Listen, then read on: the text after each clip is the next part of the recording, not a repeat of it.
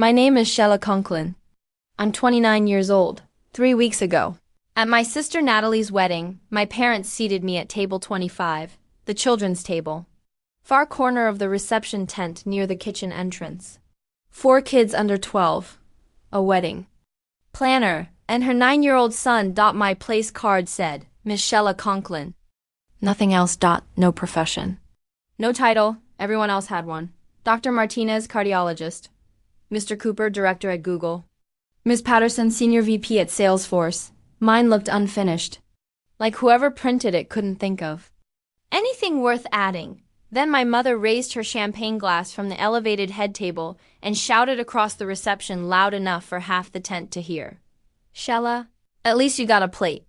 People laughed the way people laugh when they're uncomfortable and don't know which side of the room they're supposed to be on. What they didn't know was that I had requested table 25 because I knew exactly who would be sitting there, and I knew what would happen when a 9-year-old boy asked me one simple question. My sister Natalie is 26, Stanford Computer Science, product manager at Google. $200,000 a year plus stock. When she got her Google offer, my parents rented out a restaurant in Palo Alto and threw a celebration dinner for 60 people. I graduated from Stanford too. Psychology. Same honors. My parents took me to a quiet dinner with 12 people and spent most of it talking about Natalie's internship pipeline. The difference wasn't intelligence. It was prestige. Natalie chose a career our parents understood. Big tech, venture capital circles, compensation packages they could repeat proudly at dinner parties in Los Altos Hills. I chose special education. I work at the Los Altos Community Center with children who have developmental disabilities, autism, speech delays, learning disabilities, kids whose parents can't afford $300 an hour therapy. My mother once told her sister on the phone, I don't understand why Shella wasted a Stanford degree working with special needs children. She didn't know I was standing in the hallway listening, or maybe she did. After that, the erasure became gradual smaller mentions on Christmas cards. Family photos without me. Introductions that stopped after my name. This is Natalie, our daughter at Google. Then a pause. And this is Shella. No title, no accomplishment. Just a PLACEHOL. My father was different. Less subtle. You're wasting a Stanford degree on finger painting, he told me after I described helping a nonverbal 6-year-old speak her first sentence. I stopped telling them about my work after that, but the work mattered. The first child who changed my life was a girl named Lucia, 8 years old, nonverbal autism. I met her during a volunteer reading program the summer after graduation. Her mother worked 2 jobs. Couldn't afford therapy. I spent 6 weeks working with Lucia using picture cards and communication exercises. On the last day of summer, she looked at me and said, "Thank you, Miss Shella." 4 words. That was enough to change the direction of my entire life. I could have gone to grad school. 6 more years, massive debt. Private practice in Palo Alto counseling wealthy adults through career anxiety. Instead, I accepted a $68,000 position at the community center because children like Lucia needed help now. My parents reacted like I'd announced a terminal diagnosis. What will we tell people? My mother asked. 3 days later, she left me a voicemail asking me not to mention my job at social events because people wouldn't understand. I never forgot that, but I also never forgot the children. By my first December at the center, kids who arrived unable to communicate were speaking in sentences. Others learned to read. One little boy learned to write his name for the first time. My parents never asked about any of them. Then, in February 2023, a woman named Susan Callahan walked into the center with her son Jami, 6 years old. Autism. Minimally verbal, he could say single words, mostly colors. His favorite word for everything good was blue. Susan was an event planner. Successful, polished, respected. But she couldn't afford the intensive therapy Jami needed because insurance barely covered anything. I started working with him twice a week. I never charged her. She tried every session. I always refused. Over 3 years, Jami transformed. First, 2-word phrases. then eye contact. Then full sentences. Then reading. By January 26.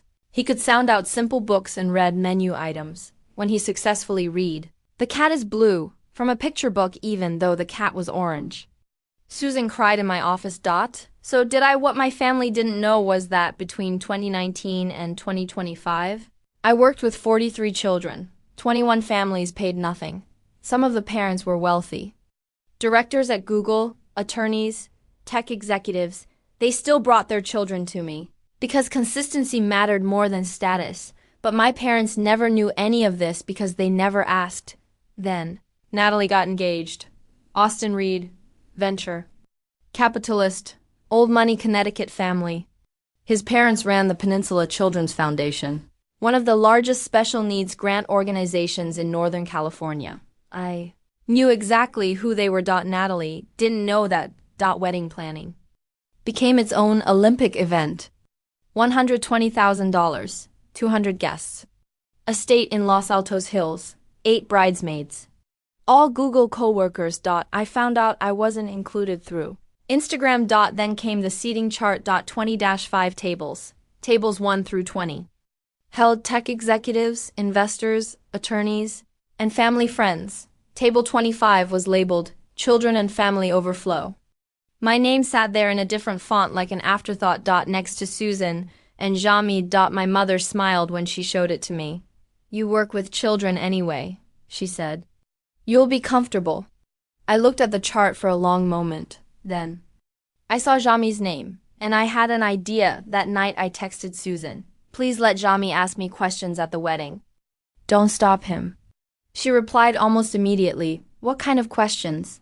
"About reading, about school, about what we do together." Long pause. Then, "Shella, what are you planning?" I stared at the screen before typing back, "Nothing.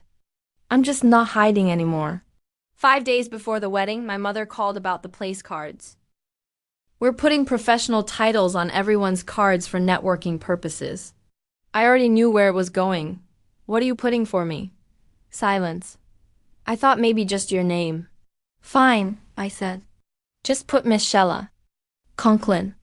She sounded relieved. The wedding was beautiful in the expensive way. Wealthy people make things beautiful. White draped reception tent. Edison lights, string quartet. Floral centerpieces that probably cost more than my monthly rent. I arrived early and found table 25 far corner. Near the kitchen doors. Smaller centerpiece than the others. I picked up my place card and looked at it. Double quotes, Miss Shella Conklin. Nothing else. I put it back down carefully. Then I walked to my car and sat there until the ceremony started. During cocktail hour, I stood near a hedge listening to conversations about IPOs and stock options while pretending not to notice my mother introducing Natalie's salary to strangers like it was a Nobel Prize. Then Susan arrived with Jami. He saw me and lit up instantly. "Miss Shella." He ran toward me in his little navy suit, tugging proudly at his blue dinosaur tie, and the moment I saw him smiling at me like that, I knew exactly how the night was going to end. At 6:45. Everyone was directed into the reception tent. People at my table looked confused. "I think there's been a mistake," one parent told the coordinator. "This is the children's table." The coordinator checked her list. "No mistake." The parent looked at me. "Are you?" "I'm the bride's sister." The expression on her face changed immediately. "Oh." Nothing else. No follow-up question. At 6:52. My mother lifted her third glass of champagne and shouted, "Shella, at least you got a plate." Laughter rippled across the nearest tables. Austin's mother didn't laugh. She watched my mother. Instead, Jami tugged my sleeve. "Miss Shella, what's this word?" He pointed to the menu. "Salmon." I leaned closer. "What sound does S make?" He sounded it out slowly. "Sal." "Mon, you got it." His entire face brightened. Susan whispered beside me, emotional already. "He's never tried reading a menu before." Then Jami pointed at dessert. Chocolate. Exactly." He grinned. And then it happened. In completely normal Jami volume, which was loud enough for the entire tent to hear. He said, "Miss Shella, can you teach me how to read this menu like you taught me to read at school?" The table went silent first. Then the surrounding tables. Then the entire tent. 200 people stopped talking. My mother froze with her champagne glass halfway to her mouth. Jami kept going because children tell the truth before adults teach them not to. Remember when I couldn't read cat and now I can read chocolate? Silence. Complete silence. Susan touched his shoulder gently. But it was too late. Miss Shella is my teacher, Jami announced proudly. She taught me to read. 43 seconds, I counted them. That's how long my mother stood frozen. While 200 guests stared at her. Then Austin's mother stood and walked toward our table. Elegant cream dress, pearls, perfect posture. She looked at Jami first. Then me. You're a teacher? Yes, I said. Special education, Los Altos Community Center. Recognition crossed her face instantly. She turned toward her husband. Thomas, the community center. Austin's father walked over slowly. Our foundation has been researching that center for years, he said. We kept hearing about one teacher doing exceptional work with nonverbal children. He looked at Susan. Was that her? Susan stood before I could answer. Her voice shook. She worked with my son every Tuesday and Thursday for 3 years. She never charged me once. The room stayed silent. Then another woman stood from table 12. Sarah Mitchell, Lucia's mother. My daughter is here tonight, she said. 6 years ago she couldn't say her own name. Miss Conklin worked with her for free all summer. Lucia stood from across the tent in her bridesmaid dress and waved at me. Now she's on honor roll, her mother said. Then another parent stood. Then another, a Google director talked about his son finally speaking in sentences. An attorney described her daughter learning to write. One mother held up a crayon drawing that read, "Thank you for teaching me." 5 families stood in less than 6 minutes. 5 separate people validating. 7 years of work my family had dismissed as embarrassing. The tent felt different now, not loud. Still. Everyone had suddenly realized they'd misread the entire room. Then Carolyn Reed turned toward my mother, Mrs. Conklin. She said calmly, "Our foundation reviews hundreds of programs. We look for measurable outcomes, evidence-based intervention, and exceptional educators." She glanced at me. "We've been trying to find someone like your daughter for 3 years." My mother looked like someone had removed the floor beneath her chair. Carolyn handed me a business card. "We'd like to meet with you about expanding the center."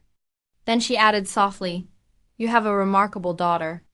Natalie started crying first. Real crying. Mascara running. She walked over and stopped in front of me. "Why didn't you tell us?" I looked at her for a long moment. "You never asked." She covered her mouth. "All this time I thought Mom said you were just—" "I know what Mom said." She hugged me, first real hug in years. When she pulled away, she whispered, "I'm sorry." My father approached next. He looked smaller somehow. "We didn't know you were doing this kind of work." I met his eyes. "I told you 7 years ago." He flinched. "You said I was wasting my degree." He looked at the floor and said nothing. I stood up from table 25. "I need some air." Outside the tent, Jami ran after me. Did I do something wrong? I knelt to his eye level. "Nobody. You did everything right. Everyone was looking." "I know. Are you sad?" I thought about it honestly. "No," I said finally. "I think I'm happy." Susan reached us a moment later. "You planned this," she said quietly. I shook my head. "No, I just stopped hiding." I left the wedding before cake cutting. People probably talked about it for days afterward. I didn't care anymore. The next morning I went back to the community center. 11 kids waiting. Jami ran straight toward me. "Miss Shella, I read the dessert menu all by myself last night." I knelt down smiling. "Did you? Chocolate, vanilla, strawberry." "I'm proud of you." Susan pulled me aside afterward. 3 families from the wedding called asking if you're accepting new clients. Then she smiled. "And Carolyn Reed's assistant called at 7 this morning. They want to discuss funding and expansion for the center." My phone buzzed a few minutes later. Voicemail from my mother. "Sheila, we need to talk." I didn't know. I deleted it after listening, not out of anger, out of peace. For 7 years, I rearranged myself to fit inside my family's definition of success. Smaller voice, smaller presence, Smaller introductions. Smaller seat assignments. No more. Week later, I sat in my office watching Jami rig green eggs and ham out loud by himself. 3 pages without help. When he finished, he looked up, beaming. Did I do good? You did perfect. And sitting there beside him, I realized something. My family measured worth by titles, salaries, and seating charts. I measured it by children who could finally say, thank you. By kids reading menus for the first time. By parents who no longer had to choose between therapy and rent. They gave me table 25 because they thought it was the place where invisible people belonged. But table 25 became the only table anyone remembered. Not because I fought. Not because I yelled. Because a 9-year-old boy asked me to teach him how to read a menu. And the truth did the rest.